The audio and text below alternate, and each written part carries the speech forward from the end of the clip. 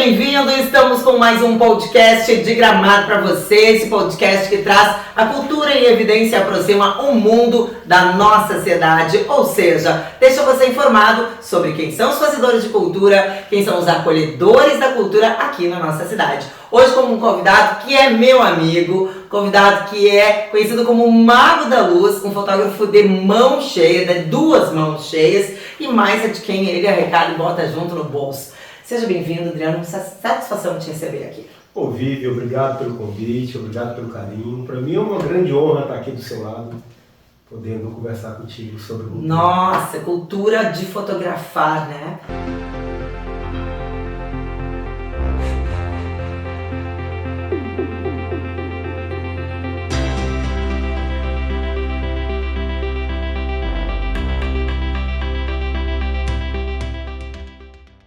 Fotografia é algo... Uma vez eu li uma frase que dizia que a fotografia matava o momento. Eu acho que ela preserva o momento. Essa frase me impactou tanto e eu passei a ver a fotografia.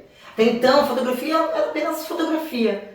Como é que é isso para ti olhar para o momento, capturar ele e com todos os teus poderes, que nós vamos falar de cada um depois, entregar para o mundo algo indescritível, inesquecível de ficar olhando e eu olhando.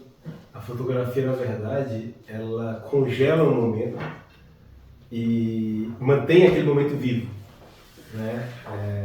Porque a fotografia é Existiram duas invenções que mudaram o mundo. A primeira delas foi a fotografia e a segunda foi a luz. E a fotografia é desenho com luz. Então, quando uma imagem ela é criada com sentimento e trabalhando toda essa questão, vou falar técnica da captura, ela se imortaliza, né? Então, ela aguça os 4 sentidos que você tem. Você vai lembrar da comida que você comeu, o cheiro, o perfume que você usou, o trajeto que você fez naquele dia. Exatamente, o momento, o humor que você tinha no dia, através dessa imagem congelada. A fotografia, ela é reviver momentos. Reviver momentos. Reviver momentos, com todos esses detalhes. Eu tô arrepiada aqui só com tudo isso que tu disse, porque é isso, a gente olha para uma foto, eu olho para as minhas fotos de infância e eu lembro disso, eu lembro da cor dos azulejos que tinha de um hotel que eu fiquei, porque eu me lembro de umas fotos muito icônicas que a minha mãe fez na praia. Uma delas ela bateu uma foto com os 2 pés no ar, assim. E eu lembro dessa corrida, eu sinto o cheiro que estava da maresia naquele momento. E é engraçado você falar sobre isso e trazer isso. E quando a gente olha para o teu trabalho, né, a gente vai chegar na tua trajetória e vamos entender como ela aconteceu contigo. E eu quero te fazer a primeira pergunta desse podcast. Como é que tu entrou dentro da fotografia? Na verdade, foi oportunidade. A fotografia foi a única oportunidade que eu tive na minha vida. Eu era criança, sou brasiliense, fui para o interior do Tocantins, para a cidade de Aurora, Tocantins. Na verdade, hoje eu tenho 3 cidadanias, né? Sou aurorense, brasiliense e gramadense. Recentemente, gramadense, hein? Aí o que acontece? Eu morei na Aurora Tocantins, que é a cidade do meu coração. Mas não é a tua cidade natal? Não, minha cidade natal é Brasília. Brasília. Então eu morei dos 6 aos 18 anos e ali eu trabalhava como gari, trabalhava na lavoura com meu pai, limpava lotes, né? Tudo isso vendia din-din, picolé. O que é din-din? Din-din é sacolé. Sacolé. Porque tem vários lugares. E quando eu fui, a ideia era servir o exército. Eu fui para Brasília para servir o exército, com o objetivo de servir o exército, para a partir dali seguir seguir uma carreira, ter condições de pagar uma faculdade. Tu é filho único? Não, eu sou o quinto. O quinto de 9. Quinto de 9. Quinto de 28, né? Aí, não, eu sou o sexto de 9, na verdade. Aí eu fui para Brasília e eu fui dispensado do exército. E teve uma coincidência que o auxiliar de laboratório, do laboratório que eu comecei a trabalhar com fotografia, do Cinefoto, ele foi servir. Então surgiu uma vaga de auxiliar de laboratório. Mas peraí, tu foi pro exército e foi dispensado. Aí tu foi trabalhar nesse laboratório. Sim. Mas porque tava precisando de emprego. Eu tava precisando trabalhar. Tá. Eu não tinha nenhuma noção de fotografia, de arte, de nada, mas ali foi um mundo E atender no balcão, né? Então, Pegava rolo de... Porque a galera que tá assistindo agora, vão ter que entender que fotografia era impressa. E, aliás, a gente às vezes levava um ano para ver a fotografia, porque o rolo vinha com poses, né? Eram 12 poses. 36, 24 e... 12, 36 e 48 poses. Não, né? 12, 24 e 36 poses. Não tinha de 48? Acho que tinha. Não, tinha não. Nossa, é 48 horas. 48, Já tô entregando a idade. 48 horas era o tempo que demorava para revelar. Pra revelar a fotografia. Quando tinha dinheiro, Quando né? tinha dinheiro, que demorava. Porque como o ato de fotografar não era tão banal como hoje, que as pessoas não vivem o momento, infelizmente. Mas é que é muito diferente, né? Tirar uma foto hoje. Não, é porque o ato de fotografar ele tinha sentido. Então você fotografava momentos importantes, que é assim que eu vejo a fotografia. Eu não preciso fotografar a comida que eu como toda hora, por exemplo. Ah, sim. Ou eu viajo para algum lugar e vou fotografar cada lugar que eu parar, no caso, eu não faço isso. Mas naquela época, como os filmes tinha 12 poses, 24 poses, 36, então as pessoas usavam um filme de 36 poses para fotografar viagem inteira. A viagem inteira, sobrava para o Natal, aniversário do filho, então era 2 cliques para cada momento. E a gente ia ver isso só no outro ano. Mas o importante... Torcendo para que não tinha queimado, cortado os pés, a cabeça de alguém. Mas o importante de tudo isso é que fazia tanto sentido que eles ampliavam essa imagem e guardavam em casa. Aí a imagem... Imprimir e ia para um álbum. Exatamente. Aí essa imagem traz sentimento, porque quando a sua filha, por exemplo, viajar, você viajou com teu pai e ele fotografou você com um filme de 36 poses, que demorou lá 1 ano, 2 anos, então você tinha uma história da tua vida naquele momento. Então quando você pegava 1 ano depois, quando você abriu o álbum para ver aquelas imagens, fora a expectativa de ver que tinha. Sim. Então toda a família que chegava em casa, esse álbum rodava de mão em mão. Sim, os álbuns ficavam na sala, exatamente, na estante ali. Então tinha da mesma forma que se faz com o chimarrão, né? Tinha ali uma confraternização familiar. Perfeito. Então as pessoas abriam, olhavam aquele álbum e sentia o cheiro da terra, da molhada, da chuva, do dia que viajou, da comida, do dia, do perfume que a namorada usou e etc. Então a fotografia, ele ainda tem esse sentimento ainda. Eu consigo, quando eu crio minha fotografia, a ideia é justamente te dar uma experiência, para que você relembre aquele dia, não do dia que eu te fotografei, mas o que aconteceu contigo no decorrer desse dia para trás. Então você vai ter até onde tu estava naquele momento. Até você chegar naquele momento, você sabe a sua trajetória. Por isso que então é importante a gente fotografar grandes momentos da nossa vida, né? Por exemplo, uma gestação, no caso de uma mãe, ou de um homem, no momento que ele está indo para o quartel fazer fotos, né? Os desfiles de 7 de setembro, Natal, que a gente falou, aniversário, são registros que eles mostram a nossa evolução, digamos assim, como ser humano. A fotografia, ela está ligada a isso, talvez ela faça a gente até refletir sobre as decisões que a gente toma. Porque a fotografia ela tem esse papel porque ela te faz voltar no tempo. Sim. Então, até os erros que você cometeu até aquele dia, você vai corrigir. Porque você olha, até esse dia eu errei, entendeu? Eu fiz aquela foto, eu não estava num bom dia, por exemplo, você vai saber. Eu fiz aquela foto, eu estava em êxtase, foi um dia maravilhoso, foi o dia do meu casamento, foi o dia do aniversário da minha filha, foi o dia que eu descobri que meu filho passou na faculdade, você entendeu? Então esse é o poder da fotografia, né? Infelizmente eu vejo assim, que a fotografia ela banalizou. Não existe mais um motivo, não existe sentimento ao fazer e nem por que eu faço. Pelo contrário, os momentos importantes não são registrados da forma, né, que a importância dá. Porque como você tem um celular na tua mão, então um momento muito importante para você é fazer um selfie. Que já é totalmente diferente, né, de que você ter alguém para registrar esse momento de forma profissional, com uma luz adequada, para que você possa fazer uma ampliação tamanho 10x15, ou 30x40, ou 80x20 para colocar na tua casa. Eu estou pensando em tantas coisas aqui, porque tu me trouxe tantas reflexões, principalmente desse momento que a gente se reunia para olhar os álbuns de fotografia, que são coisas que não acontecem tanto. Eu tenho fotos do meu filho pequeno que estão em álbuns e fotos que eu não tenho organizadas em álbum. E fiquei me perguntando agora quantas fotos eu tenho no meu celular, na minha nuvem, porque tudo vai para a nuvem, né? A gente bate foto e vai lá para a nuvem.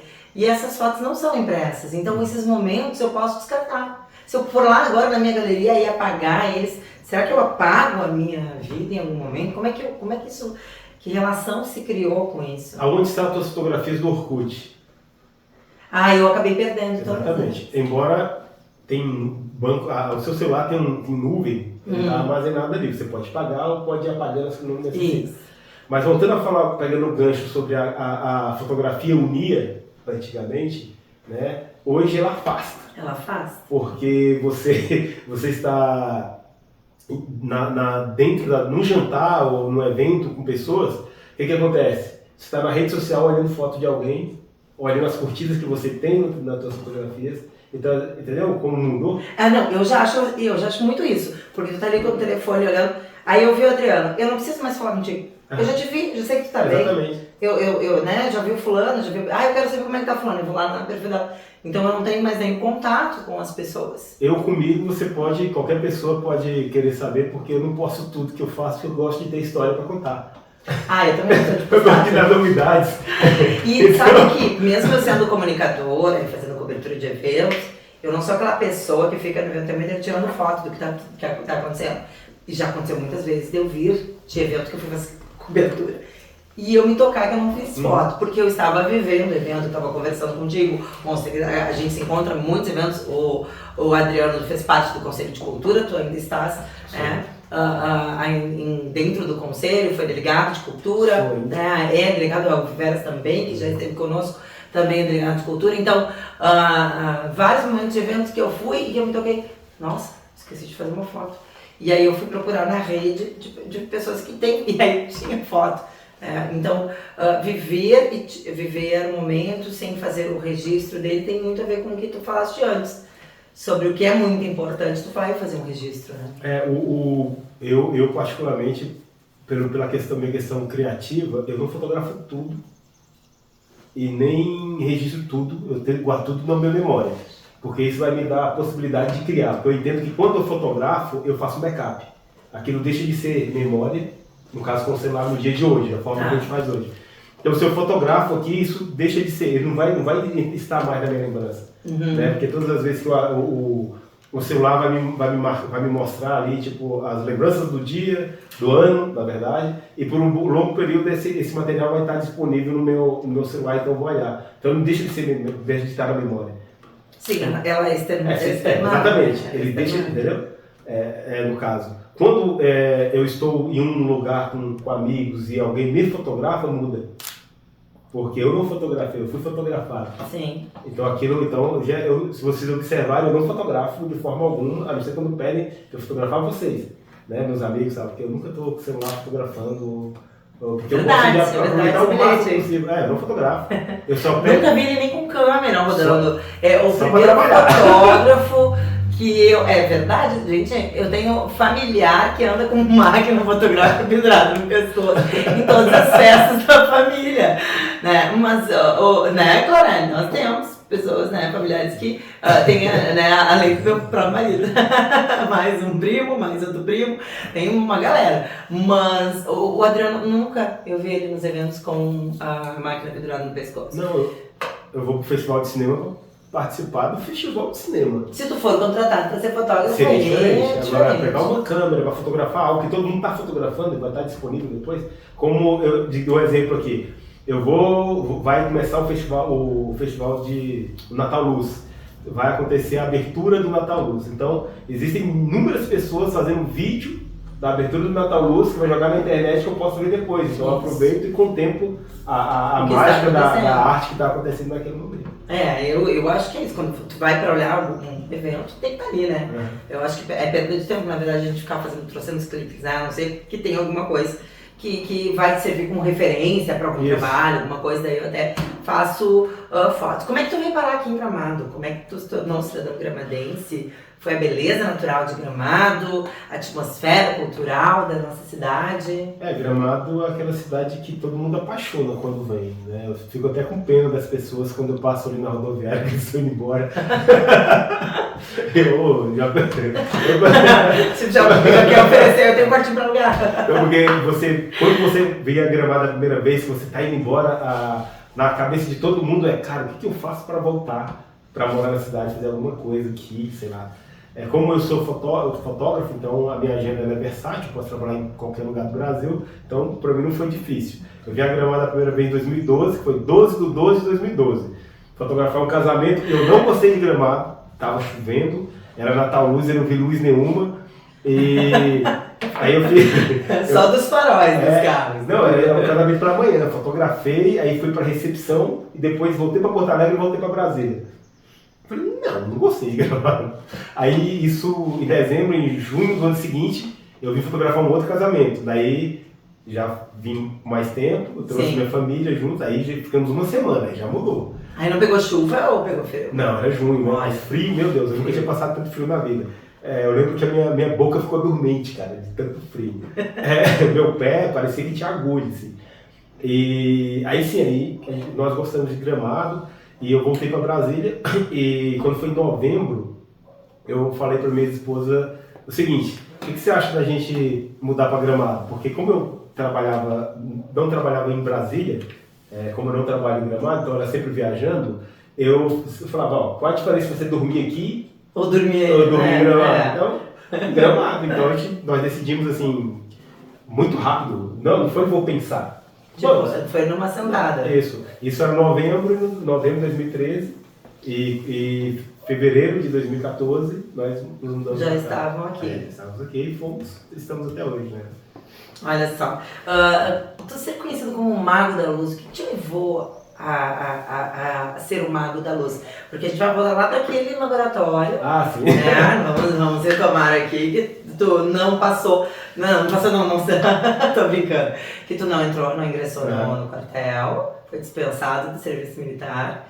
Por que tu falou alguma coisa que tu não queria ir? Não, eu queria, era meu plano A, eu só tinha um plano. E por que eles disseram não? Tu não disse, eu só vim com esse plano. Eu acho que eu era muito bonito pra estar ali, ou feio demais, eu não sei. Pô, eu fui dispensado, foi a primeira vez que eu senti a depressão, eu só tinha sentido aquela dor, o dia que meu pai tinha falecido, um ano antes. 2 anos antes meu pai tinha falecido, eu sentia aquela dor, sabe? Porque aquela dor, aquela decepção, aquela tristeza, eu falei, cara, o que eu vou fazer da minha vida? Você tinha te organizado para isso? Aquilo. Aí, como o auxiliar do laboratório... Tu viu isso na rua, na placa? Não, um amigo que era laboratorista, tinha esse auxiliar, e na verdade era amigo do meu irmão, e o auxiliar foi dispensado, e ele falou, não, vou conseguir um trabalho para ti. Tinha inclusive 3 pessoas na frente, e... era bem mais velho que eu, provavelmente tinha muito mais experiência no trabalho, e ele dispensou as 3 pessoas, assim, tipo, não, alguma... mas é a mão de vida, eu creio que sim. Caminho, né? E eu tomei o lugar do Asca, e o nome do auxiliar era o Asca. Não é o Chá, o nome dele é o Asca mesmo. Inclusive, eu fui pro quartel no mesmo ano que ele, com a coincidência. Nós conhecemos depois, quando ele voltou, servindo, eu estava no lugar dele, né? E o detalhe é que ele não queria servir. E ele foi. Pra ver, Deus nunca faz, Deus não escreve. Lembra por minha história. Lembra que eu disse sobre oportunidade? Então eu nunca deixei a oportunidade passar de forma alguma. E eu vi que aquele mundo ali poderia me levar, eu poderia alcançar os meus objetivos, né? De estudar, objetivo financeiro, de ter... E o que tu fazia lá como auxiliar? Assim, eu revelava negativo. Em 1997. Eu tinha 18 anos. Eu revelava negativo. Colocava os negativos em uma espiral, e entrava por uma câmara escura. Aquela porta que todo mundo queria entrar na loja, quando tinha um laboratório que era passar, achava o máximo aquela porta. Eu descobri isso na faculdade depois, que era muito legal. Uma câmara escura, essa não tinha ampliado ainda, era só eu e as químicas. Aí tinha um tempo exato para cada processo, era revelador, branqueador, fixador. Revelador, branqueador, água, fixador, água, estabilizador, água, aí levava para uma estufa e colocava assim para secar. Um varelzinho. Exatamente. Aí um laboratorista, aí já era um patamar acima do meu, bem maior, salário 2 vezes maior, que aí foi a primeira meta, virar laboratorista. Que ninguém não sabe, viu? Aí ele pegou e aí ele fazia as ampliações, que eu era revelação e ele era ampliação. Aí a máquina era tudo em processo manual, na verdade o processo de revelação, de queima de papel era manual, mas a máquina fazia o processo de banho-maria. Né? Sim. Era folha solta, na verdade. Aí eu pegava, tinha que contar essas fotos, colocar o valor e botar no envelope e mandar para o balcão. E na hora do almoço eu ainda ficava no balcão, atendendo ainda, e comecei a fotografar fazendo 3x4. E aí tu começou a achar, tu olhava as fotos, assim, tu teve algum momento de pré-julgamento, assim. Meu trabalho? É. Até hoje. De olhar as fotos, nem do teu trabalho, eu falo daquelas fotos que tu revelava. De olhar, nossa, que erro ruim, nossa, que pessoa estranha. Como era um novo mundo para mim de fotografia e eu não tinha um olhar profissional, então tudo era novidade. Ali era bom porque eu viajava o mundo todo.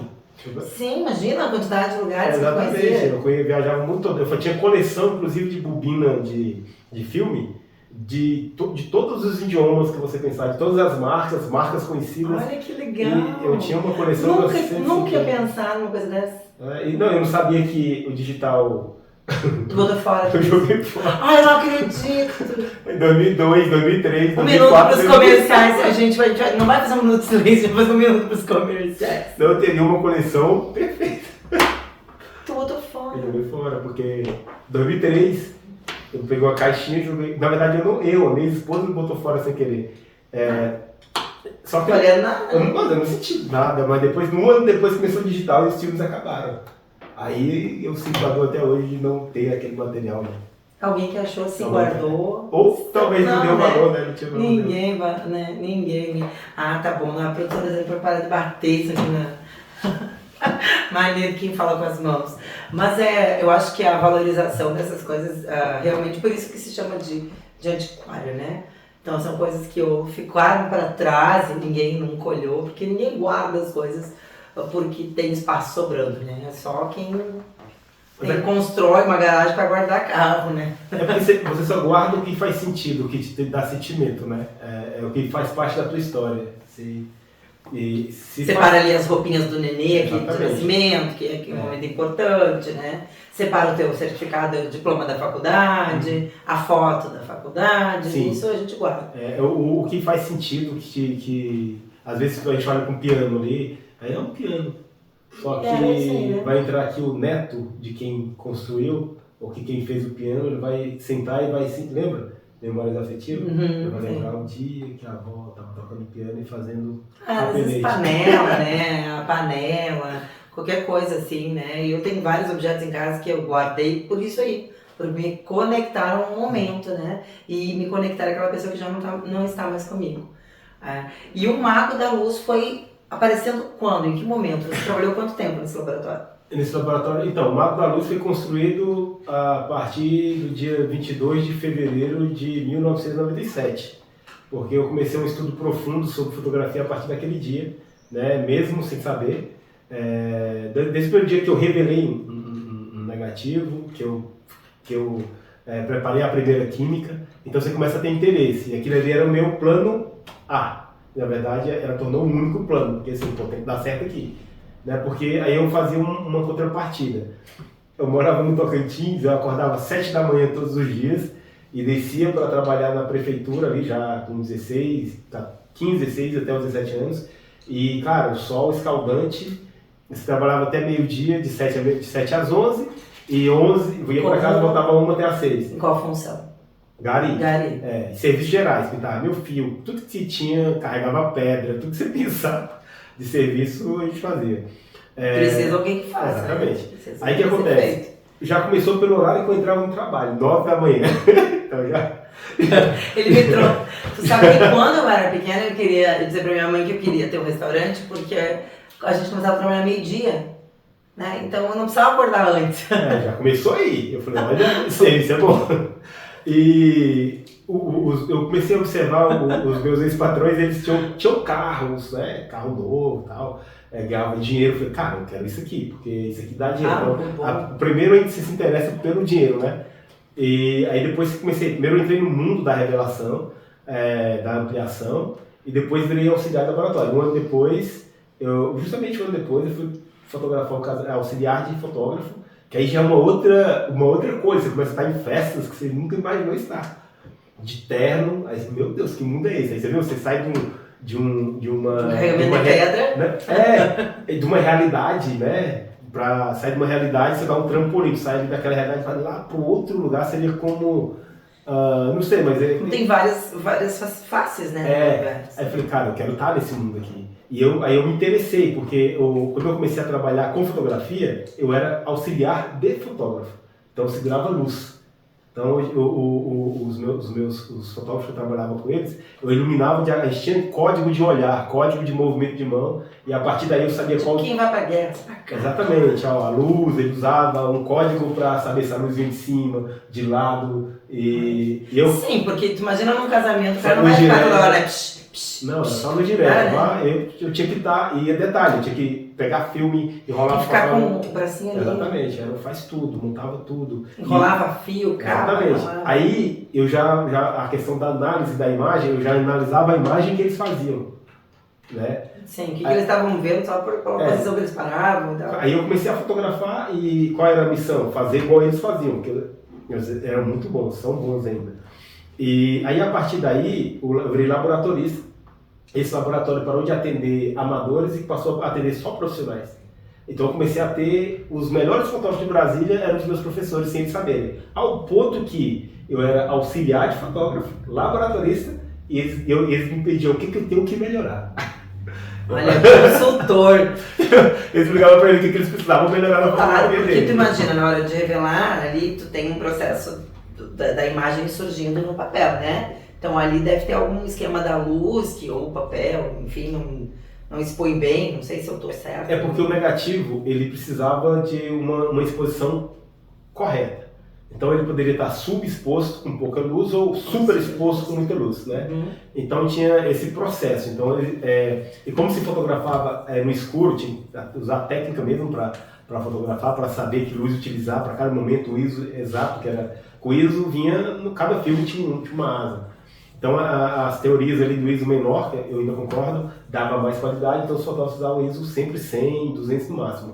Então eles traziam, quando chegava até mim como laboratorista, então o meu papel era melhorar a imagem deles através da luz. Photoshop manual. Não, Vivo. Não era Photoshop, era... Não, mas tu era o Photoshop. Era um processo físico.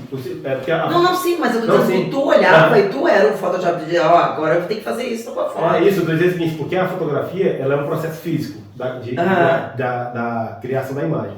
E para fazer a ampliação antes era um processo físico também. Sim. Porque você saía do negativo e transformava em positivo. E aí eu tinha que fazer uma análise de cores, eu fazia a correção das cores, para dar a cor exata, tinha cores de magenta, verde, amarelo, cinza, para deixar o branco, que era o balanço de branco. Às vezes a fotografia estava amarela, a gente tinha que corrigir para deixar ela no balanço exato. E depois eu precisava fazer o seguinte, fazer a exposição correta. Então se eu pegasse como funciona o negativo, esse microfone está escuro, no negativo é que ele tem muita luz. Né? Se ele está claro, ele está subexposto, tem pouca luz. Ao contrário. Né? Aí o que acontecia? Eu pegava o negativo com o vestido das noivas, que era pior, a fotografia de casamento, então, para fazer essa equalização de luz, essa fotometria com um flash manual para que o vestido ficasse exato. Né? Então sempre a maioria dos fotógrafos estourava o vestido. Então qual era o meu papel? Fazer esse equilíbrio. É chamado exposímetro, colocar e medir a exposição para dar a exposição correta de pele e de roupa, para não perder nada. Sim, e aí tem um tempo para isso acontecer. É o mesmo tempo do clique, como é que fala? O ampliador ele trabalha com o mesmo tempo, com tempo também. Então a gente dava 30 segundos, 1 segundo, 2 segundos, 3 segundos. Tinha fotografias de alguns profissionais que eu precisava dar 1 minuto de exposição. Até ela chegar no ponto. Você está entendendo o que é 1 minuto de exposição? É muito tempo. É muito tempo. É que a fotografia está literalmente queimada, como diz. Que queimada na foto é contrária. Tá muito pouco exposta, né? Porque geralmente as pessoas, o leigo ainda acha que o negativo escuro está queimado, está velado. Exato. A foto queimada é quando a foto é exposta direto na luz. O flash queima a imagem, sobrepõe muito, né? Estoura a imagem, né? Olha, e esse é um assunto que a gente está trazendo aqui, que a gente não fala mais, né? Sobre ninguém fala sobre Kodak, que é a marca, né? E eu e o Clarelli, meu marido, a gente estava falando isso, né? Da morte da Kodak, né? Dela mesmo ter passado por todo esse processo de readaptação. E nós passamos em Canela e fotografamos uma casa de fotos ali, né? Uma fachada que era de uma loja que vendia filmes e vendia fotos. E eu imediatamente lembrei de ti. Pode fazer uma pergunta? Deve. Sabe o que significa Kodak? Ah, Não? não, eu sei, mas vamos Que- contar que para o que é? pessoal. Não era o sobrenome do... Não, tem uma sigla? O Wishman, quando ele criou a câmera, o filme Kodak, no caso Aham. do filme, né, de 36 poses e a câmera, ele queria criar um nome fácil de se gravar. Então ele colocou Kodak, é o barulho da câmera. Kodak. Kodak. Ah, que dá o barulhinho. É o clique. Uhum. Então era Kodak. Olha só, eu já tinha escutado que era o sobrenome do Não. não. E é como a gente tá Não, expert na área, O né? inventor é o daguerreótipo, que é o nome do Daguerre, que no caso foi um dos inventores Um dos da fotografia. inventores da fotografia. É o nome do... E eu acho que essa geração nossa, assim, que tem 45 mais, não vou falar, né? 30. Não, cada perna. Só de produção 27. Então, assim, a gente lembra dos filmes do Charlie Chaplin, né? Dos filmes que passavam dos Três Patetas lá, né? Então, se vê eles fotografando, parando com, né? Para ter um retrato, a gente, quando a avó, a gente passou por esse momento de botar aquela roupinha, ficar sério, podia vir nada, porque veio um retratista, né? E até o Paulinho Michali, que vai estar aqui conosco em breve, tem uma foto, né? Foi uma foto, uma piada, né? Que ele conta falando, né? Se parar lá pra... Deixa eu contar a piada. Mas, mas não vou, eu sou péssima com piada. Mas é interessante olhar para trás e ver que quantos momentos a gente passou com a fotografia para chegar hoje na tela, virando ela, né? E olhando para as fotos. E tem muita gente falando sobre foto, sobre exposição, sobre foto para comida, foto para produto, foto para garrafa d'água, foto, né? A foto de marketing, a foto de casamento, a foto dos 15 anos, são fotos diferentes. Mas e tudo isso gira em torno da luz. Senão tu não teria. É porque existem... É que fotografia, ela é o ato de se criar imagem com a luz. Quando você cria imagens que você não utiliza esse mecanismo, você faz imagem digital. Ok. Você gera uma imagem digital. O que quer dizer? Um pintor, ele fotografa? Não. Então ele gera imagem digital. Não, ele é uma pintura. Por mais que ele use um retrato e faz uma imagem, como é que eu vou dizer, realista, né? Ela não é uma fotografia. Ela é uma pintura. Ela é uma pintura. Então, quando se fotografa com o que tem, né, gera uma imagem, que é o que está sendo vendido hoje. Ele gera uma imagem com o celular e essa é uma imagem digital, criada por IA. Então, os celulares, ele faz todo aquele mecanismo de HDR e mantém a imagem perfeita, né, tanto de pessoa, tanto de produto. Tem várias câmeras hoje que estão fazendo isso, então não é fotografia, é imagem digital. Que a fotografia é o ato de, se você não pensou na luz que você usou, ela não é fotografia. Não existe mais fotografia. Não existe mais fotografia. Não existe mais Não, fotografia. no caso... Deu um problema com a fotografia. Isso é algo muito recente, porque assim, o digital ele entrou no mercado e na casa das pessoas a partir de 2004. 2004 tem 19 anos, né? Muito novo. Exatamente. Ele entrou no celular a partir de 2008, ali com o lançamento do iPhone, 2010 mais ou menos, que quando ele popularizou, se você analisar, cara, de 2010 para cá tem 14 anos. 14. Então foi pouco tempo existe uma geração praticamente que não viveu, que nem sabe do que nós estamos falando. Exatamente. E existe uma geração, as crianças, as pessoas que têm 20 anos ou menos, não foram fotografadas. Então, não tem você que está dessa. nos assistindo agora, pesquisa lá, você é dessa geração que a Adriana acabou de falar, pesquisa sobre Kodak, pesquisa sobre revelação, para você saber o que é Fuji, aquela verdinha com branco, vermelhinho, né? Cônica. Os nomes são aqui, né? Cônica azul. Kodak, Fuji, E Supéria o resto vai vir tudo junto lá, mas pesquisa para você ver o que é. Porque é muito interessante o que o Adriano está falando agora, porque essas pessoas não foram fotografadas, porque o ato, inclusive vem no celular o flash, mas as pessoas não sabem o que fazer com o flash. As pessoas compram, e as pessoas que são fotografadas, elas compram arquivo digital. Engraçado, cara. elas não compram... Mas é que é da realidade, do mecanismo dela. Sim, é que mas nem é tu vai que- comprar um fogão, tu não vai mais comprar as pessoas hoje já não compram mais um fogão tradicional lá do tempo da... Mas é diferente. Né? Compra um fogão mas eu digo que Essa é a geração, né? a geração, entendeu? Ela vai comprar um fogão cada vez mais moderno. Se o fogão vier com a panela, daqui a pouco vai ter fogão certo que vai vir com a panela acoplada junto. Tu entende o que eu digo? Vai ter um botão até de tirar a panela, mas ele não vai tirar a panela. Mas é que essa imagem ela perde importância muito rápido. Você compra um arquivo digital para alimentar a tua rede social.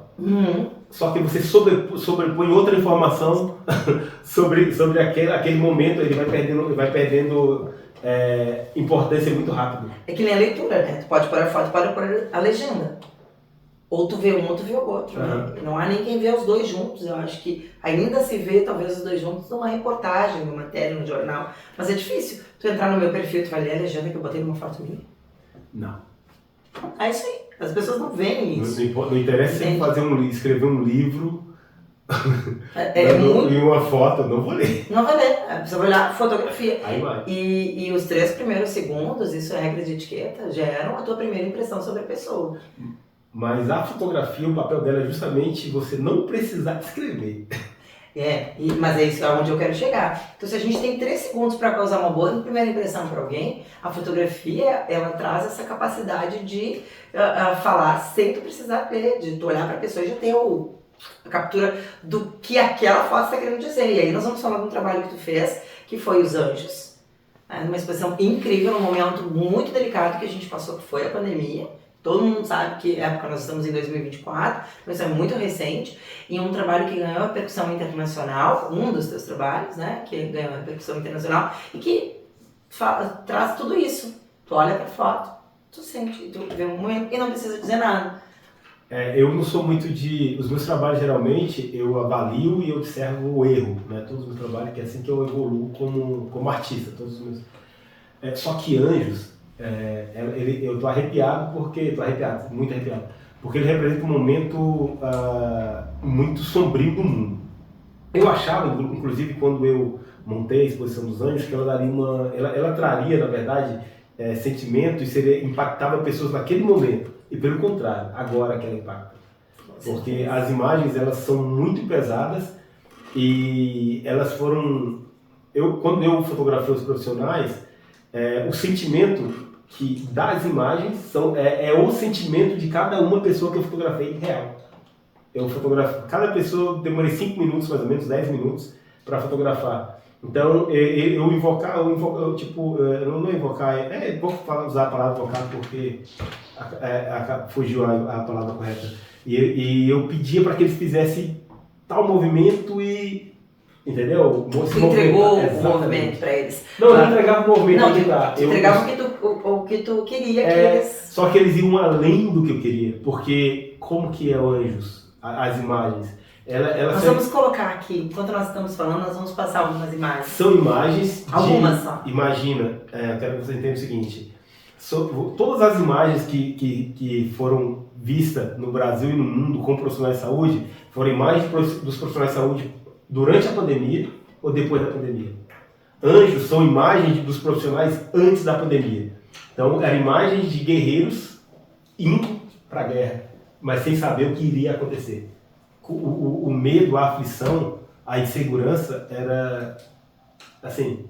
Então, eu particularmente eu sinto, tanto que a questão da fotografia ela é tão importante, porque eu sinto a aflição, a tristeza do dia falando daquelas imagens.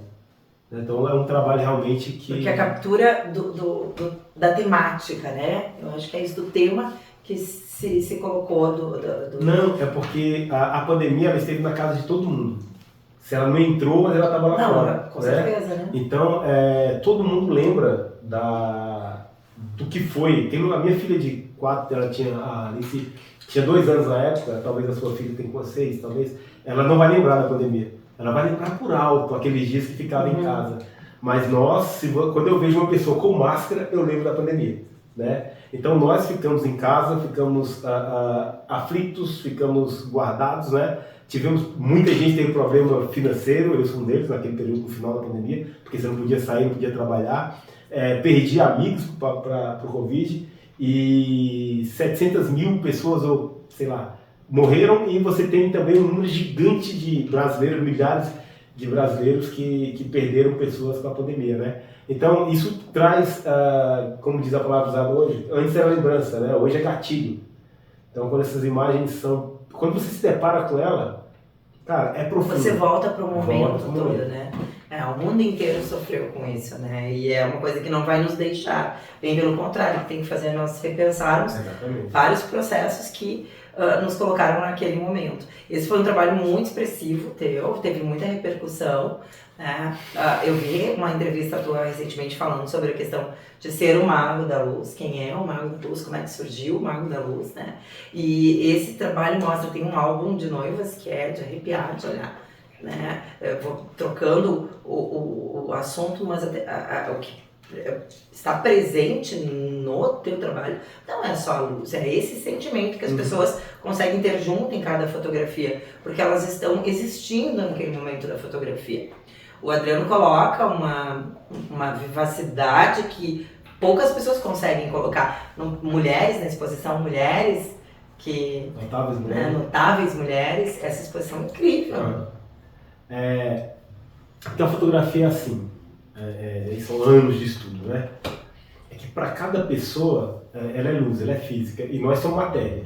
Então nós também somos formados de luz, matéria. Então para cada pessoa existe uma luz específica. Cada um. A minha luz não é a mesma na sua luz. Exceto se tivesse uma filha, da sua filha fosse da tua idade, ou fosse adulta, ela teria o formato do teu rosto, a gente teria uma luz parecida. Mas ninguém tem a mesma luz, é igual em digital. E entendendo isso, eu consigo extrair, né, encontrando uma luz exata de cada pessoa que eu fotografa. E também, além da luz, a direção também conta bastante, né, para que eu te coloque em uma posição de vitória, de poder, de valorização de si mesmo. Exatamente. Corporal. Então, aí eu consigo te entregar um resultado sem interferência de Photoshop, né? Que às vezes a pessoa, nossa, tem Photoshop? Não temos, né? Que você não se reconhece às vezes. Porque não é a imagem que você está acostumado a ver no espelho, porque você não tem uma luz específica para ti, né? Não tem uma luz criada para você na frente do teu espelho. Tu falaste uma coisa muito, muito interessante, que lá no tempo da Kodak, dos filmes, né? Você fazia muitas fotos e se via, quando surgiu o Photoshop, as fotos passavam pelo Photoshop e eram fotos que voltavam assim, do meu ponto de vista, eu acho horrível quando tu vai lá e corrige a pessoa. Poxa, é aquele momento. Eu tenho fotos da gestação do meu filho que eu me acho horrível, o cabelo tá horrível, mas a minha barriga, é aquele momento. Eu posso achar horrível hoje, mas naquele momento eu estava vivendo aquilo. Eu não pedi pra pessoa, eu disse pra ela, tu não põe Photoshop, tu me entrega do jeito que tiver. Existem, no meu trabalho, por exemplo, eu preciso fazer algumas intervençõezinhas porque é muita definição. Sim. Então, a luz, ela te define tanto que vai ter detalhes do teu rosto que você não vê e ninguém vê. Que eu vou ter que fazer, trabalhando com luz, o processo de tratamento é o mesmo com luz, luz e sombra. Então eu vou usar a mesma luz que está na tua... Mesma projeção quando a gente vai construir uma logomarca. Exatamente. 50% de preto, 50% de branco, vai trabalhando. Eu vou amenizar, eu não vou... Porque eu tenho que amenizar porque às vezes fica muito expressivo. Né? Mas amenizar para deixar igual eu te enxergo, igual você se enxerga, né? Isso atrapalha muito na questão principalmente das noivas, ou quando se a pessoa se enxergar, ela olha na foto, mas não sou eu. Não, porque noiva, faz anos que eu fotografo noivas, uns 10 anos, ou sei lá. Mas noivas, elas estão tão maquiadas que realmente... Não, não são na mesa. Eu já cheguei em salão... Nem conheceu a A noiva chega a fazer o make-off, a noiva estava maquiada, eu nem reconheci. Porque tanto que o artista do make, eles são muito bons, cara. Eles conseguem... E eles seguem esse mesmo padrão que eu tô falando aqui, do tratamento que eu faço da imagem. Eu sou fã daqueles make-off de produção, autoprodução cinematográfica, que bota aqueles efeitos e máscaras. E os caras são fantásticos, transformam tudo. Tudo é arte. Tudo que envolve a arte, que ninguém que faz arte não faz com sentimento. Né? Eu, por exemplo, eu não me vejo como fotógrafo comercial, eu sou artista. Então, você vai me contratar, saiba que eu vou te entregar o inesperado.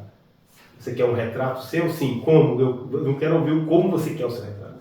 Não, tu tem que estar entregando para a mão do fotógrafo. Exatamente. Eu vou fazer uma análise daquele de luz, composição, criar o fundo. Eu vou analisar se o fundo vai ser escuro, se vai ser claro.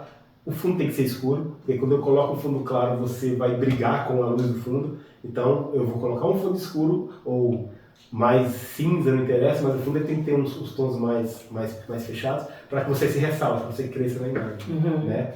Quase 3D, assim. Exatamente, né? Mas aí tem um sentimento envolvendo, porque uma foto é um filho. Eu lembro de cada foto que eu fiz, cara. Todos os cliques que eu olho, eu lembro como eu criei. Como tu estava, naquele momento. Como eu estava antes de chegar lá, o que eu fiz depois que eu cheguei, né? Depois que eu concluí a imagem. Todo clique eu lembro, porque... É muito legal tu estar falando isso, porque eu conheci uma amiga minha de Votiela, o pai dela, eles faziam fotos nos bailes, nos casamentos, né? E aí eles tinham um carro e o pai dela conta, assim, dos filmes, os rolos, as coisas, os momentos, e ele traz justamente isso, assim. Aí ele sabe cada casamento que ele bateu foto, o que aconteceu, os perrengues que deu. Eu vou te contar a experiência aqui sobre como que eu tipo, me tornei um mago da luz mesmo. Além do estudo, né? Teve uma vez, cara, que eu fui para um casamento numa cidade, uns 200 km de Brasília, fotografar com um amigo num carro que eu tinha num Cadete. E no caminho, quando nós estávamos voltando de madrugada, meu carro parou de funcionar. Aí o rapaz estava comigo, ele pegou e falou, não, vou ligar pro meu tio, o meu tio é mecânico. Aí ele ligou pro tio dele. Era tipo 3 da manhã. Aí o tio dele atendeu e ele falou, tio, o carro tá assim, parou de funcionar, você dá a partida e ele faz o barulho, etc, e não pega. Aí o tio dele falou, é o rotor, que era o rotor do carburador, que era, sei lá. Aí ele tira a tampa do carburador, limpa o rotor e liga de novo. Ele fez isso. Aí eu falei, cara, eu quero ser profissional assim. Eu quero ser igual a esse mecânico. Que só de olhar, só de ouvir, eu já sei qual a luz que eu vou fotografar, eu analiso o ambiente, eu sei quantas luzes eu vou montar, eu consigo criar a imagem na minha mente antes de fazer. Anjos. Aquela imagem eu criei, a imagem dos anjos, sabe quando? Em 2017. Eu fiz uma série de retratos em Porto Alegre, em parceria com um amigo, que era uma exposição chamada Em Si, que era o que você seria se você não fosse jornalista ou narradora. Então, em cima do que você queria ser médica, então você se ia trajar de médica e ia te fotografar. E até o Adelicel, que é vereador em Porto Alegre, ele queria ser padre. Olha. E eu criei aquela luz de anjo no Adeli. E a partir dali eu fiquei imaginando uma fotografia com asa de anjos. Então ficou na minha mente asa de anjos, com aquela luz. Quando eu convidei os profissionais para participar, eu enviei justamente aquela foto, expliquei como seria e eles estariam com asa de anjos. E esse trabalho dos anjos, ele ficou exposto aqui no Largo da Borges, depois ele saiu daqui e foi para... A rodoviária de Florianópolis teve 6 milhões de visualizações, de visitas. Durante um ano, porque a pandemia, tipo a segunda onda, não deu para tirar. Depois nós levamos a exposição para Sombrio, shopping japonês, depois foi para Porto Alegre, para dependência da ACM. Aliás, na ACM aqui, nós abrimos uma exposição especial para os profissionais do Livro de Gramado, foi para a ACM de Porto Alegre, aí foi pro o último lugar que eu fiz foi na Câmara dos Vereadores. Mas ela teve uma repercussão nacional e internacional. Porque os fotógrafos de ponta, naquele momento, que poderia fazer algo parecido, estava tudo em lockdown. Eu era o único fotógrafo no Brasil que podia fazer aquele trabalho. Porque no Sul, só tinha 500 casos de Covid. Sim. No Rio Grande do Sul, não tinha nenhuma morte. Em Gramado, não tinha nenhum caso de Covid. Né? Estava todo mundo em distanciamento social, Sim. Mas não tinha nenhum caso de Covid. Então foi justamente um mês depois do início da pandemia. E você que viu essas fotos, quer conferir, vai lá no perfil do Adriano, vai deixar aqui na descrição do vídeo, confere lá esse trabalho e os outros trabalhos nas redes, que é divino, é realmente diferenciado e vale a pena você investir numa fotografia que vai guardar e preservar um momento seu, né? Se tu pudesse definir o teu trabalho em poucas palavras, como é que tu descreveria a escolha por ele e a tua fotografia? Então, como é que eu vou dizer? A escolha, na verdade, eu não escolhi, né? Eu vejo... Tu foi escolhido. Exatamente. Eu descrevo como oportunidade, né? E o meu trabalho, evolução. Porque existe... A fotografia, ela me colocou em lugares que eu jamais imaginei que estaria. Ela me deu posições que eu jamais imaginei que teria. Né? Nem nos meus dias mais... como é que fala? Felizes ali, eu imaginei que a fotografia me levaria. E a fotografia pegou ali um cara, até tem vai ser gravado a turma do curso de cinema de Caxias do Sul, da Faculdade de Cinema, eles vão fazer um documentário sobre o meu trabalho, chamado Do Lixo à Arte. Né? Exatamente isso. Então eles me tiram lá da situação de gari, né? Um jovem, né, negro, que sofria preconceito racial, todos os tipos, para me levar para as galerias, né, do Brasil e do mundo. Já expus no Carrossel do Louvre, já expus nas principais galerias de arte do Brasil. Então é isso. Então, a gente vê o potencial todo que o ser humano tem de acreditar em si mesmo e de buscar oportunidades, né? Então, em nenhum momento, mesmo com todas as dificuldades que tu teve na tua vida, tu deixou de acreditar que tu queria uma vida melhor, que tu podia sair da zona de conforto, e quando o quartel te disse não, tu disse, opa, preciso correr para outro lado. É porque a fotografia, eu vou usar uma frase, vou contrapor aqui uma frase que, parafrasear, né? Uma frase conhecida, né? Independência ou morte. No meu caso era fotografia ou morte. Eu não tinha opção. Eu tinha que dar certo isso aqui. Então, e no caso, para dar certo, eu tinha que ser o melhor. Se eu fosse mediano, eu não teria oportunidade. Tu vê essa questão sociais, por exemplo, nos fotógrafos, a questão de ser um fotógrafo negro, isso mudou para ti? Isso fez? Sim. Então é o seguinte, os lugares que eu estive com pessoas medianas. Né? Eu já estive em vários congressos e tinha pessoas medianas. Eu estava lá porque eu era realmente muito bom. Eu era o único negro de congresso de fotografia. Eu tinha que ser Então é o seguinte, entenda que para eu alcançar o espaço que eu alcancei, eu tinha que ser 3 vezes melhor para eu estar com um cara médio, para estar com os bons. Né? Se eu fosse só bom, eu não estaria ali. Então isso não é só a mim, todo profissional que você, homem ou mulher negro que é profissional, você vai analisar que eles são muito bons. Porque não é opção, ou você não é muito bom, ou você não é muito bom, não, a gente não pode ser bom, tem que ser ótimo. Ou se você não for ótimo, você não alcança, as portas não se abrem para você. Então tem que ser algo fora de série, por exemplo, que eu apresento para alguém que você não vai fazer. Mas que você é uma opção. Né? Então, naturalmente, a pessoa nem teria que ser opção pelo resultado, mas tem uma segunda ou terceira opção. Mas assim, não, eu vou ficar com esse cara porque ele realmente é bom. Entendeu? Então, essa é a fotografia. Então, não tinha como. Eu tinha que estudar, e como eu estudo? Eu passei por um processo primeiro de aprender a fotografar e a fotografar como se fazia. Eu não tinha chance. Aí eu fui para o processo de encontrar uma identidade. Eu encontrei uma identidade. Mas aí eu estudava muito técnica. Eu cheguei ao ponto de fazer as imagens perfeitas mas eu não sabia como que eu chegava. Saber como chegar, o processo eu sabia, mas eu não sabia o que era. Eu fui convidado para expor na Bienal de Arte de Brasília.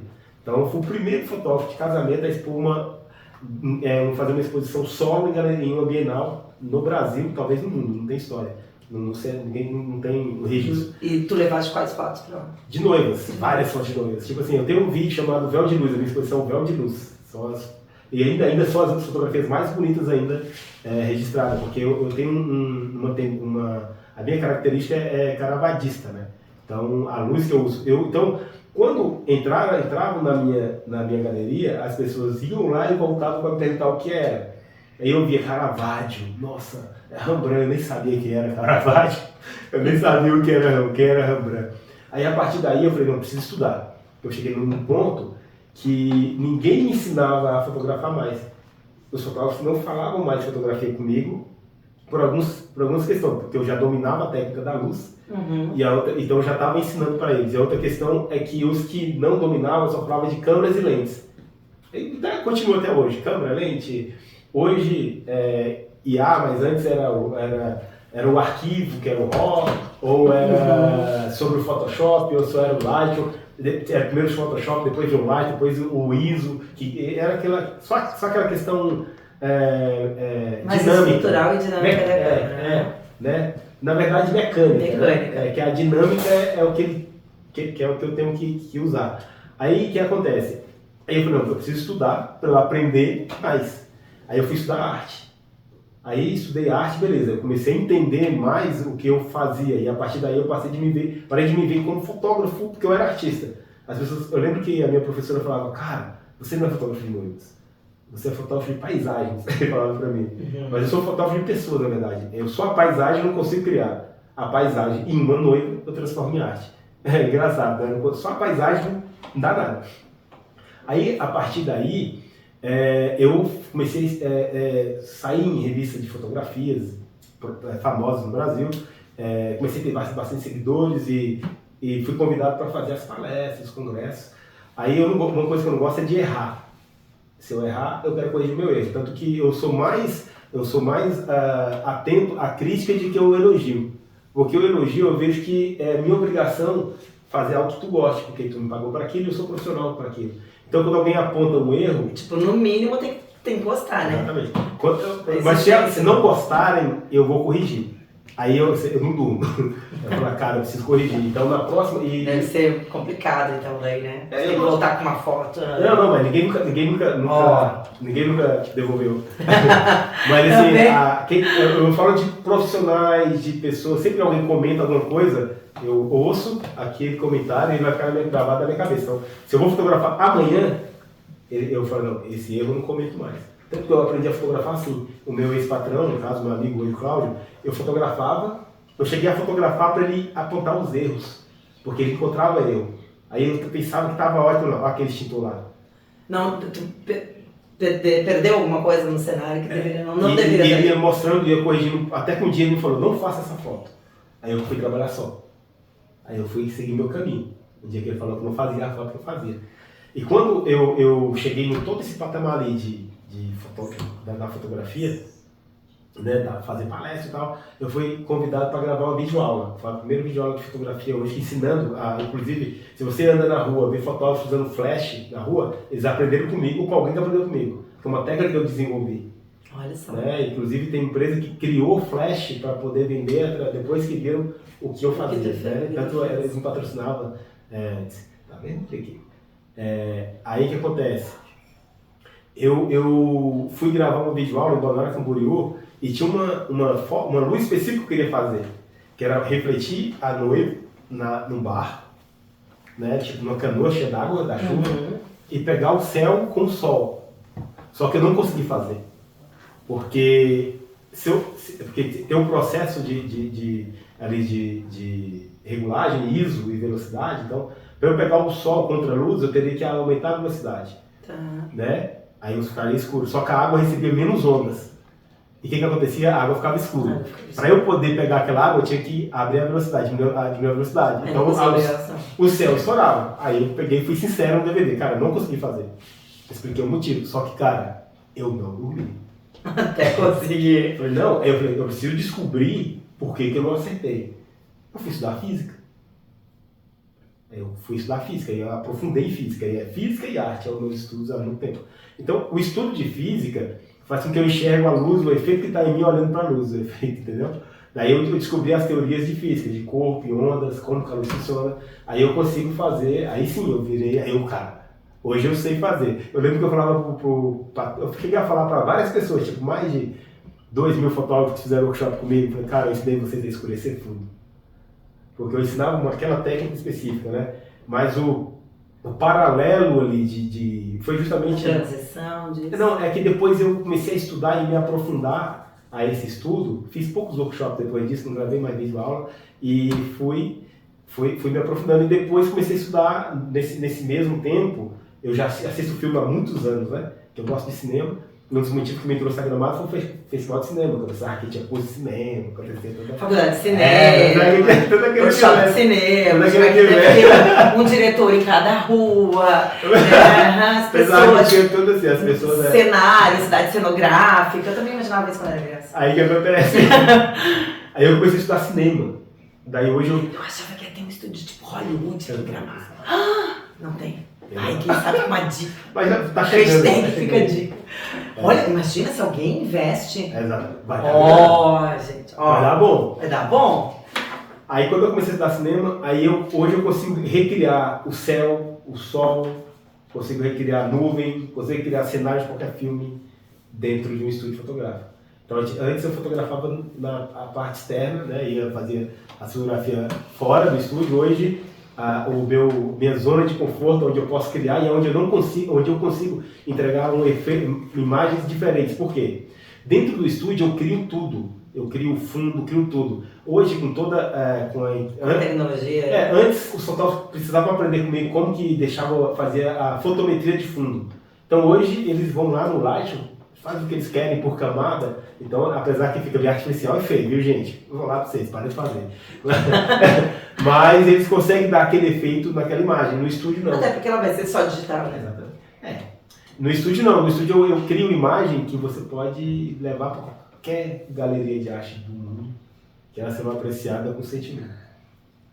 Que lindo. Isso é cultura da fotografia. Isso é um artista, realmente, é outro tipo de material. E quando a gente fala de fotografia, a gente sente a fotografia, né? A gente precisa começar a entender sobre isso. Como é contra a regra, é muito velho. Diretor. Contra a regra. 1 horinha de programa, já temos tempo ainda, temos mais uns 15 minutinhos ainda aqui de conversa, né? De corte. Como é que tu escolheu e como é que assim, porque daí vamos falar das exposições de novo, que eu acho isso incrível, né? Vou fazer a exposição hoje, ok? Tem o tema e tal. Como é que tu te inspirou para fazer isso? Pelo sentimento? Porque, afinal de contas, é uma carga emocional, né, enorme. Como é que tu escolheu os anjos? E outra, as mulheres, né? As notáveis de mulheres. Como é que tu fez uma seleção de quem são as notáveis mulheres? Aqui tudo bem, uma cidade pequena, não é tão difícil de notar as mulheres que tu escolheu. Vou falar os anjos rápido. Os anjos, a minha irmã, ela é enfermeira, então estava todo mundo na aflição. Então no grupo, minha irmã é enfermeira, meu sobrinho policial militar, meu primo médico, todas as pessoas que eu fotografei representam alguém que eu conheço, um amigo, um familiar. Mas não são as pessoas que ele conhece, a fotografia. Aí, a princípio, eu pensei que a minha mãe estava com minha outra irmã, né? E a minha irmã enfermeira estava morando sozinha na casa dela. Aí eu pensei, cara, vou fotografar alguém com asas de anjos para fazer uma homenagem para minha irmã, né? Para ela dar uma motivação, gás, né? Aí, mas eu comecei a analisar a questão do elo. Não era só a enfermeira que iria, né, vencer a pandemia. A pandemia era foi uma guerra, um mal que foi vencido com união. Muita gente, trabalhando junto. Aí eu pensei, né, no policial militar, no SAMU, no bombeiro, no médico, enfermeiro, e consegui construir aquilo ali com muito sentimento, porque existia sentimento. Tanto que o vídeo que eu coloquei como é que fala? Do make-off, cara, eu editei chorando. Passei a madrugada fazendo edição chorando. Agora, notáveis mulheres de Gramado... Mas a escolha desses profissionais, tu foi no hospital ali, escolheu eles? Não, ou como é que foi a seleção deles? A seleção deles, eu fiz contato com todos. O hospital de Gramado, infelizmente, não teve interesse. Infelizmente. O bombeiro também não teve interesse. Os únicos que foram foi o SAMU e a Brigada Militar. E através do SAMU, eles começaram, porque o SAMU faz parte faz parte da ACM, e eles tinham contato dos profissionais da ACM, então eles iam ligando, eles iam até mim. Eu falava, preciso de um enfermeiro, aí enfermeiro, dois enfermeiros, dois técnicos. Bacana, eles foram a ponte e acharam os profissionais. Aí eu concluí, tanto que o bombeiro eu fiz depois, porque depois que eu lancei as imagens, alguém do corpo de bombeiro entrou em contato comigo muito bravo, entendeu? E pediu... Olha isso. E pediu contato Não, comigo. eu acho isso muito terrível, porque tu vai lá e convida. Porque eu não tinha colocado um bombeiro junto. Aí eu falei, olha, eu convidei. Só que não chegou na comandante, né? Na Marisa. Aí a comandante Marisa foi, né, com o sargento Roger, que inclusive é um herói, salvou a vida. Comandante Marisa, queridona, abraço pra ela, pro Roger. São pessoas que são ímpar na nossa cidade. Eles foram, eu fotografei e concluí, consegui, né, fazer todos os profissionais. Notável Mulher de Gramado, ela não existiria se não fosse a Leila. Saudosa Leila. Saudosa Leila, minha amiga, eu falo que é minha madrinha em Gramado, então hoje eu sou cidadão gramadense, né, cidadão gramadense, eu não receberia se não fosse, né, eu acho que eu não estaria no Conselho de Cultura e no Feira de Tanta Parte se não fosse a Leila. Eu não estaria no Conselho de Cultura se não fosse a Leila também. Tanto que ela falava, vai amigo, participa. Eu falei, não, como que eu vou participar do Conselho de Cultura de Gramado? Eu pensava assim, né, e ela, vai, tanto que quando a Débora me convidou, em 2021, né, aí eu lembrei do que ela, e fui. Infelizmente ela não chegou a me ver no Conselho. Então eu apresentei para ela a ideia de fazer uma exposição fotográfica onde a gente ia ressaltar, né, a identidade da mulher gramadense. Porque se você vai ver, você não tem novo falar em mulher, né? Você tem... Desculpa, eu me emocionei aqui porque ela não me viu no conselho. Então, eu sei que ela estaria feliz. Eu espero que sim. Com a nossa participação no conselho, né? A Leila é uma agente cultural, vou deixar uma mensagem aqui nesse vídeo falando sobre ela. Me emocionei agora. Ela é extraordinária. Eu sofri muito com a perda da minha amiga. Mas então... não seria sem ela, porque ela era curadora. Então eu não conhecia as mulheres. E ela me apresentava as mulheres. É lógico que tinha que passar pela minha aprovação, mas eu não desaprovava ninguém. Porque a história era muito enriquecedora de cada mulher que ela trazia. Essa pessoa faz isso.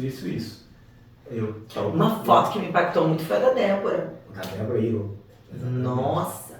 A Débora, assim, que é uma foto muito forte. Tem uma fotografia aí. Artista plástica aqui de Gramado que vai estar conosco também. Aqui tem uma fotografia da professora Iraci. Não é do Iraci Casagrande. Não, é Casagrande. E essa também é muito impactante. Mas essa Iraci, a professora, eu não lembro o nome dela, Iraci, ela deu aula na como é que fala, que se chama aqui, eu chamo de roça lá, mas nas brisoletas. Nas colônias. Nas colônias das brisoletas. Ela foi a primeira pessoa a ser alfabetizada na casa dela com 12 anos. Cara, a história dela é uma história que eu me emociono, porque tem que a educação e a cultura salvam e muda a história.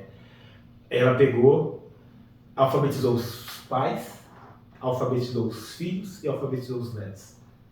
Fora os alunos que ela criou. Então, e ela deu aula até os 50 anos, até pouco tempo. Tanto que eu mudei a data, que desde o primeiro da primeira exposição, em 2017, ela estava entre as escolhidas, só que ela vai para a praia em fevereiro. Aí, em 2018, ela foi para a praia de novo. Aí a exposição de 2018 ficou de março a dezembro. Aí eu não fiz 2018, eu não fiz 2019, porque ela ficou de março de 2019 a, sei lá, setembro de 2018. Ela ficou o ano todo em 2018 e começo de 2019. Aí que eu fiz 12 homens e 12 histórias. Foram 12 homens. Aí quando foi em 2020, que foi a última exposição, em 2019, eu mudei a data, eu fotografei em novembro para participar. Porque eu sabia que ela ia para a praia. Ia para a praia em fevereiro. Que merecido também, né? Depois de toda... Então, mas todas as mulheres ali que fizeram parte dessa exposição, a ideia é transformar no livro. Tem um apoio ali já tem um apoio para fazer esse livro, inclusive. Um abraço para a dona Marta Rossi, que ela faz parte desse projeto e que, né, que abraçou a ideia de criar o livro. A Marta, que vai ser convidada para estar aqui também conosco, tem uma trajetória incrível com Festures e com a evolução e o crescimento de Gramado. E não seria inimaginável não ter ela aqui, né, falando sobre a nossa cidade. E essas 3 edições será fechada com o livro da história, né, das notáveis mulheres de Gramado. Para fechar com chave de ouro. Com chave de ouro. Eu seguiria em sequência, mas a Leila faleceu, na verdade, eu queria fazer mais uma edição.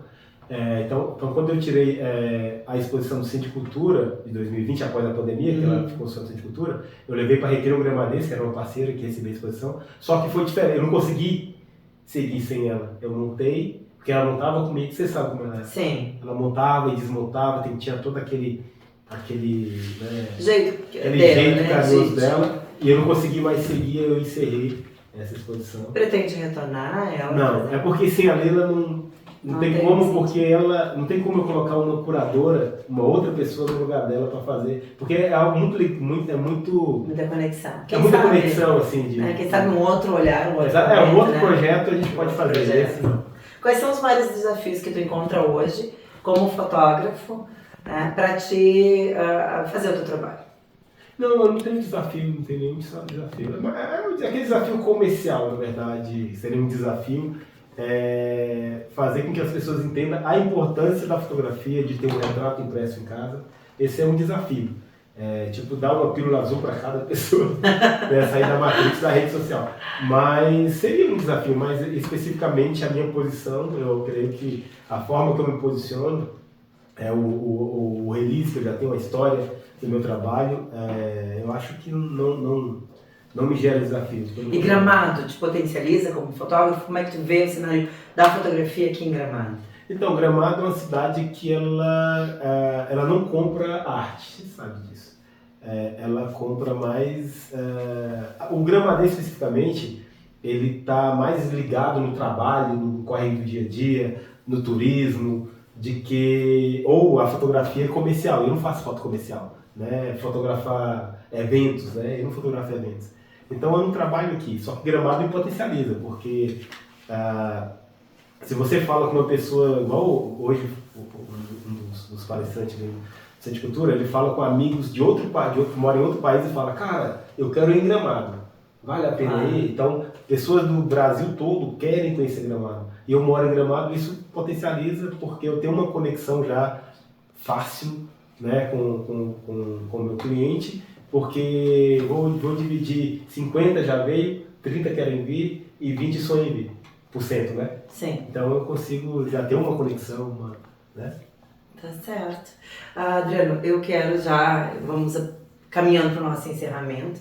Primeiro de outros, né? Primeiro programa de outros, vamos falar um pouco mais, quem sabe no outro momento vamos falar um pouco, mostrando da fotografia, trazendo uma máquina antiga para, né, vamos criar algumas coisas, umas pinceladas aí, que eu acho que é importante até ficar o registro do programa com a máquina, com a câmera. Podemos falar da história da fotografia. Da história da fotografia, dos ícones da fotografia, né, os pontos primordiais que foram as mudanças, né? Onde marcou a fotografia. Então acho que isso vai ser bem legal. Então tu já estás convidado para o próximo episódio, bem breve. Conte comigo. Te agradeço muito por ter vindo participar desse projeto, que se Deus quiser vai permanecer e vai fazer história também em Gramado. Obrigado mais uma vez, né, pelo carinho, pela consideração e pelo convite. Conte comigo, é sempre uma honra, um prazer, né, falar de fotografia, falar da história. E isso me enriquece como pessoa, faz me lembrar da minha trajetória, me faz me valorizar, né? Com certeza. Cada dia eu me até sinto mais porque a valorizado. gente nem falou da tua estada no Conselho de Cultura, né? Sim. Porque tu chegou na cidade, tu ingressou dentro do conselho, tanto que a Leila, que é uma pessoa de representatividade no cenário cultural da cidade e político-cultural, mas viu em ti um potencial, né, de agente de cultura. Então a gente vai guardar com gostinho para o próximo vídeo, para incrementar junto no próximo episódio. Um prazer, obrigado, grande abraço. E até a próxima, fique de olho, curta, se inscreva aqui no canal e fique ligado que teremos em breve convidados para contar mais histórias aqui no De Gramado para você.